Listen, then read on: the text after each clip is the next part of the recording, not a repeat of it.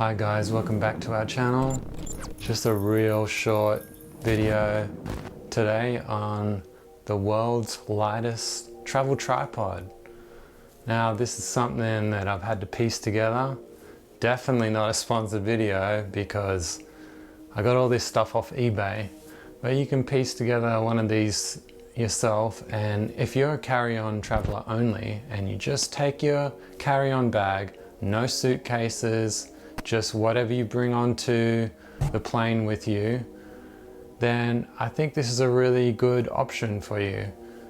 Now, of course, being the lightest, like all things that are a compromise, it's not going to be as stable as something that weighs 4, 5, 6 times as much, but there are some ways around it. It's basically 3 carbon fiber extension poles and a fairly wide gimbal tripod. As you can see, I've made it fit into the bag, and also it's kind of flat, and because it doesn't fold down in a triangular form like most tripods do, it can be fairly low profile to your bag, so if you use it in the cities, you're not gonna be bashing people as much, which is important for us. Also, it's fairly quick to put together, perhaps not as quick as some of the other ones where you just like telescopic slide apart, but it's still pretty quick. And with one elastic band and with this kind of flippy back thing that I just kind of learned to do, it's pretty easy to tie together.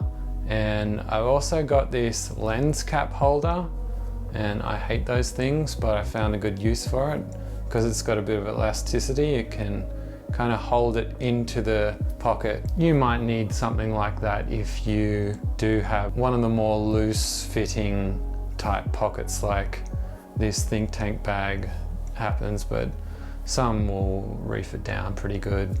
And I just found that it slides around a little less. In Japan, we just plonk them straight into a pocket on our other travel bag, and it clunked around a little bit. Didn't really like that, so I just come up with this elastic band idea, and it's pretty seamless. It's pretty tidy, and it also looks like you got some kind of weapon in your bag, which kind of looks pretty badass. Also, a third benefit, you can use it like a monopod. The reason why that's cool is you could put it underneath your gimbal and you could have it way up, and you can kind of mimic a drone shot with it. Now, what are the drawbacks?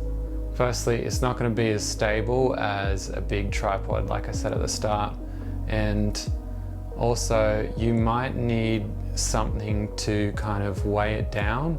And when you're doing travel on only traveling, or you're just doing like kind of guerrilla filmmaking where you're just using everything out of one bag, you can definitely use that to stabilize it.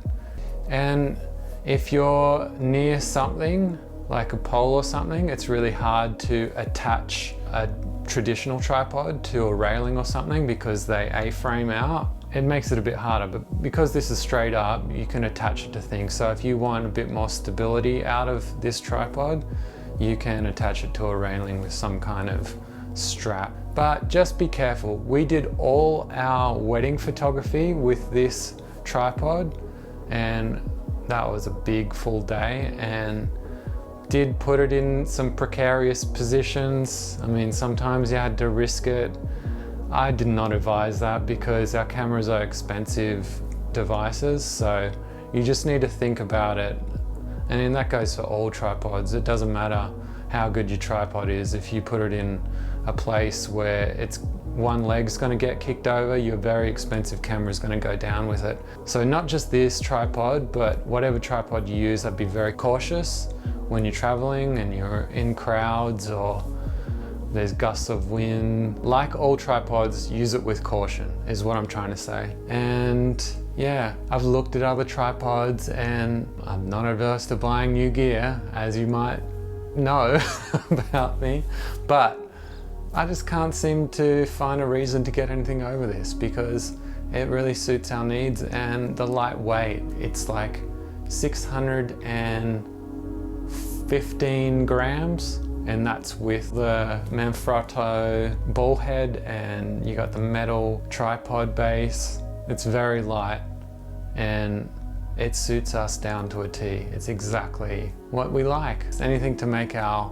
filmmaking, travel, photography setup light.